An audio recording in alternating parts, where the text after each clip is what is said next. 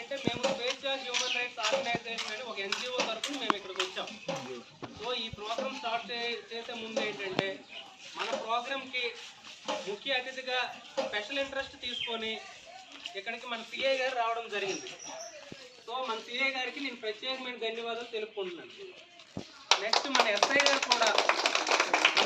కూడా ఏంటంటే special interest తీసుకుని, సార్ మీరు చేసే ప్రోగ్రామ్ బాగుంది, మేము ఖచ్చితంగా వస్తాము, మనకి మన మండలంలో హెల్మెట్ ప్రాబ్లం చాలా ఎక్కువ ఉంది అని చెప్పి సిఏ గారు అయితే చాలా ఇంట్రెస్ట్ తీసుకుని ఇక్కడ రావడం జరిగింది. ఆయనకి నేను ప్రత్యేకమైన ధన్యవాదాలు మళ్ళీ తెలియజేసుకుంటున్నాను. మన ఊరు సర్పంచ్ గారు ఇలా మేము ప్రతి సండే కూడా ఒక్కొక్క ఊరు వెళ్తూ చేయడం జరుగుతుంది అనమాట ఈ ప్రోగ్రామ్. మన సర్పంచ్ గారు, సార్ మా ఊరు కూడా రండి, మన ఊర్లో కూడా చెప్తే బాగుంటుంది అని మన సర్పంచ్ గారు అయితేనేమి, మన ఎక్స్ఎంపీటీసీ గారు అయితేనేమి, నెక్స్ట్ మన బ్రదర్ అయితేనేమి, వీళ్ళందరూ కూడా వాళ్ళందరూ కలిసికట్టుగా మమ్మల్ని ఇక్కడ పిలవడం జరిగింది అనమాట.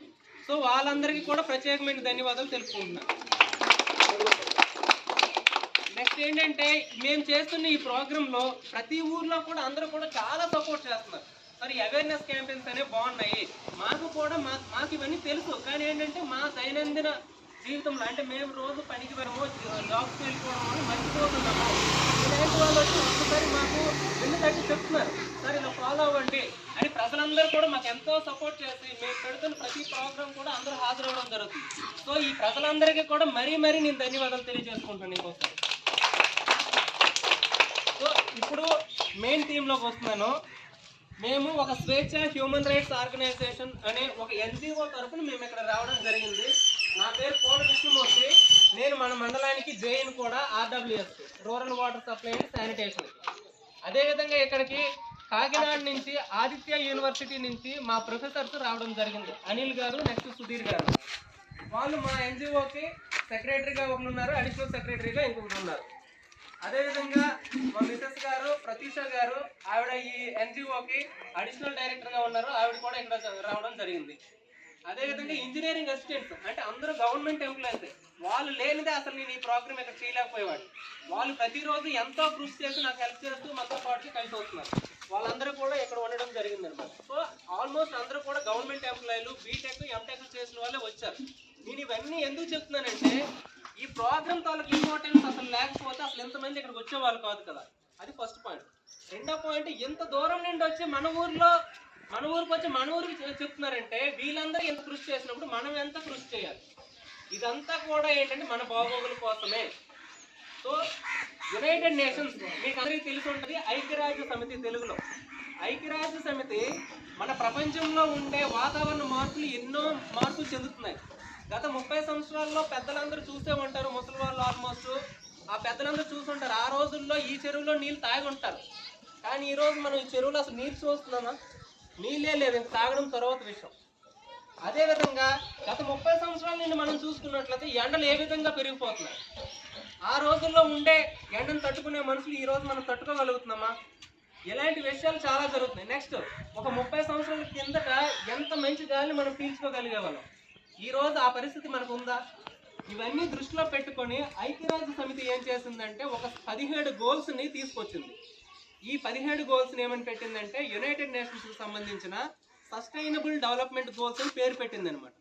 ఈ పేరు పెట్టి మన ప్రపంచంలో ఉండే ఆల్మోస్ట్ 192 కంట్రీస్ అంటే 192 దేశాలకు చెప్పింది ఏమని, ఈ గోల్స్ని మీరందరూ పాటించండి, ప్రతి ఒక్కరికి కూడా అవగాహన కల్పించండి, అప్పుడు మన దేశాన్ని, మన రాష్ట్రాన్ని, మన దేశాన్ని, అదేవిధంగా మన ప్రపంచం మొత్తాన్ని మనం కాపాడుకునే వాళ్ళం అవుతాము అని అనమాట. చాలా గుచ్చి చెప్తుంది అనమాట. ఆ గోల్స్ గురించి మీకు నేను కొంచెం అవగాహన కల్పిస్తాను, ఎక్కువ టైం చెప్పను. ఇందులో మొదటి గోల్ ఏంటంటే నో పవర్టీ అంటే పేదరికం అనేది ఉండకూడదు. రెండో పాయింట్ జీరో హంగర్ అంటే ఆకలి చావులు ఇంక ఉండకూడదు. సపోజ్ మన దేశమే తీసుకున్నట్లయితే ఆల్మోస్ట్ 75 సంవత్సరాలు గడిచిన మన స్వతంత్ర భారతదేశంలో ఇంకా ఆకలి చావులతో ఉన్నామంటే ఎంత దురదృష్టకరమో. అదేవిధంగా ప్రపంచంలో ఉన్న ప్రజలందరూ ఇంకా ఆకలి చావుతూ ఉన్నారంటే ఎంత దురదృష్టకరమో అని ఆలోచించి యునైటెడ్ నేషన్స్ చెప్పింది. సో వీటన్నిటిని, ఈ 2 గోల్స్ని ఏవైతే పవర్టీ ఉండకూడదు అంటే పేదరికం ఉండకూడదు, ఆకలి చావులు ఉండకూడదు అని చెప్పి మూడో గోల్ ఒకటి చెప్పింది ఏంటి, గుడ్ హెల్త్ అండ్ వెల్బీయింగ్ అంటే ఆరోగ్యం అనేది మన ఆరోగ్యాన్ని మనమే కాపాడుకోవాలి. ఆరోగ్యమే మహాభాగ్యం.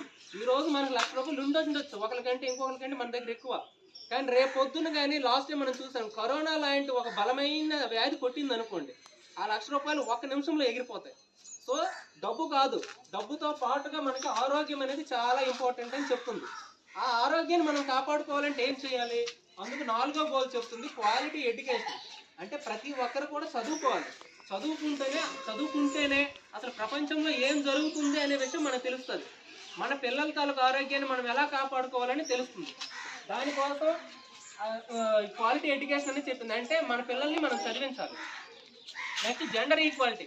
అంటే ఇక్కడ ఏంటంటే ఆడ మగ అనే భేదం లేకుండా ప్రతి ఒక్కరిని కూడా మనం చదివించాలి. ఆడ మగ భేదం లేకుండా ప్రతి ఒక్కరి ఆరోగ్యాన్ని మనం కాపాడుకోవాలి. ఆడ మగ భేదం లేకుండా ఈ పేదరికాన్ని, నెక్స్ట్ ఆకలి చావుని మనం అరికట్టాలి. ఈ రోజు మనం చూసుకున్నట్లయితే యూపీఎస్సీ ఐఏఎస్ ఎగ్జామ్ కండక్ట్ చేస్తుంటుంది. మీకు అందరూ తెలుసు, కలెక్టర్లు అవుతూ ఉంటారు. ఆ కలెక్టర్లో ఆ ర్యాంకుల్లో మీరు చూసుకున్నట్లయితే దాదాపు మొదటి 100లో 10 ర్యాంకులు ఆడవాళ్ళే. స్టార్టింగ్ 10 ర్యాంకులు కూడా లేడీస్ తెచ్చుకుంటున్నారు. అంటే నేనేం చెప్పబోతున్నాను, ఆడపిల్ల తాలూకా విద్య అనేది చాలా ఇంపార్టెంట్. ఈరోజు ఆడపిల్లలే బాగా చదువుకుంటున్నారు. మగపిల్లలతో పాటుగా ఎటువంటి మేము తక్కువ కాదు అనే స్థాయిలో పోటీ పడి మరి ఆడపిల్లలు బాగా చదువుకుంటున్నారు. అందుకు మన గ్రామంలో ఉండే మనం కూడా మన పిల్లల్ని మంచిగా చదివించాలి. ఓకేనా? అది మనకి క్వాలిటీ ఎడ్యుకేషన్, జెండర్ ఈక్వాలిటీ. అంటే ఆడ మగ భేదం లేకుండా ప్రతిదీ వాళ్ళకి కల్పించాలి. మనతో పాటుగా సమాన హక్కులను వాళ్ళకి ఇచ్చేటట్టు చూడాలి. సో ఆరోది క్లీన్ వాటర్ అండ్ శానిటేషన్. ఇది చాలా ఇంపార్టెంట్. ఇది కానీ ఉంటే ఈ 5 గోల్స్ని మనం ఆటోమేటిక్ రీచ్ అయిపోవచ్చు. క్లీన్ వాటర్ అంటే ఏంటి? మంచి నీటిని మనం తాగాలి. శానిటేషన్ అంటే మన పరిసరాలను మనం పరిశుభ్రంగా ఉంచుకోవాలి. సపోజ్ మన ఇల్లు ఉంది, మన ఇల్లుని మనం పరిశుభ్రంగా ఉంచుకొని, అంటే మంచిగా నీటి క్లీన్ చేసుకొని, ఎటువంటి వాటర్ అనేది ఎక్కడ స్టాక్ అవ్వకుండా. స్టాక్ అయితే ఏమవుతుంది, మళ్ళీ దోమలు, ఏగులు ఇవన్నీ చేరిపోయాయంటే ఆ దోమ వచ్చి మనకు కుడుతుంది. ఆ దోమ కుట్టిందంటే మలేరియా వస్తుంది. పెద్దలు అట్లీస్ట్ ఎంతో కొంత కోల్పోగలరు, కానీ చిన్నపిల్లల పరిస్థితి ఏంటి? మనకు రాబోయే పిల్లల పరిస్థితి ఏంటి? వాళ్ళ ఆరోగ్యాన్ని మనమే కదా కాపాడుకోవాలి. అందుకు మన చుట్టూ పరిసరాలని మనం మంచిగా ఉంచుకోవాలి. అంటే ఫస్ట్ మన ఇంటిని మనం బాగు చేసుకుంటే ఒక ఊరు మొత్తం బాగుంటుంది. ఊరు బాగుంటే మన మండలం బాగుంటుంది. మండలం బాగుంటే మన రాష్ట్రం కూడా బాగుంటుంది. రాష్ట్రం బాగుంటే దేశం కూడా బాగుంటుంది. ఇలా అన్ని దేశాలు కానీ పాటించాయంటే ప్రపంచంలో ఇటువంటి వ్యాధులు కానీ వీటన్నిటిని కూడా మనం ఎంతో కొంత అరికట్టిన వాళ్ళం అవుతాం. ఇక మిగిలిన 11 గోల్స్ అనేవి గవర్నమెంట్స్ అనేవి వర్క్ చేస్తున్నాయి. ఈ 6 గోల్స్ మనం పాటించాల్సిన అవసరం చాలా ఉంది. నేను కొంచెం ఎక్కువ చెప్తే చాలా టైం అవుతుంది కనుక ఇప్పుడు మన గౌరవనీయులైన సిఐ గారికి ఇప్పుడు హెల్మెట్స్ ఈ విషయాలపైన ఆయన చాలా స్పెషల్ ఇంట్రెస్ట్ తీసుకున్నారు. మరీ నొక్కి చెప్తున్నారు. ఎందుకంటే నిన్నే పాలవలస దగ్గర ఒక పెద్ద యాక్సిడెంట్ అయింది. ఇద్దరు బైక్ మీద హెల్మెట్ లేకుండా పాపం వెళ్తున్నారు. వాళ్ళకి 30 నుంచి 35 సంవత్సరాల మధ్యనే ఉంటారు. ఇద్దరు చనిపోయారు. కానీ ఇద్దరు కాదు అక్కడ చచ్చిపోయింది. వాళ్ళ కుటుంబాలు, వాళ్ళ వెనకుండే పిల్లలు 35 సంవత్సరాల లోపు ఉన్నారంటే ఖచ్చితంగా వాళ్ళ పెళ్ళి అయి ఉంటుంది. అంటే వాళ్ళ పిల్లలు కూడా ఉంటారు. వాళ్ళ పరిస్థితి ఏంటి అంటే మనం వీటి మీద హెల్మెట్ పెట్టుకోవాలి. దానిపైన సీఏ గారు స్పెషల్ ఇంట్రెస్ట్ పెట్టుకుని ఎప్పటి నుండో చెప్తున్నారు. సో ఆయన మాటలు మనం శిరస వహించి మనం ఆయన చెప్పే విషయాన్ని మనందరూ కూడా పాటించాలి. మన కోసం మనం పాటించాలి, ఎవరి కోసం వద్దు. మనకి ఎస్ఐ గారు ఆపుతారా, ఆయన మనకి అమ్మ హెల్మెట్ పెట్టుకున్నారని అడుగుతారా, అది వద్దు. మనమే పాటిద్దాం. మన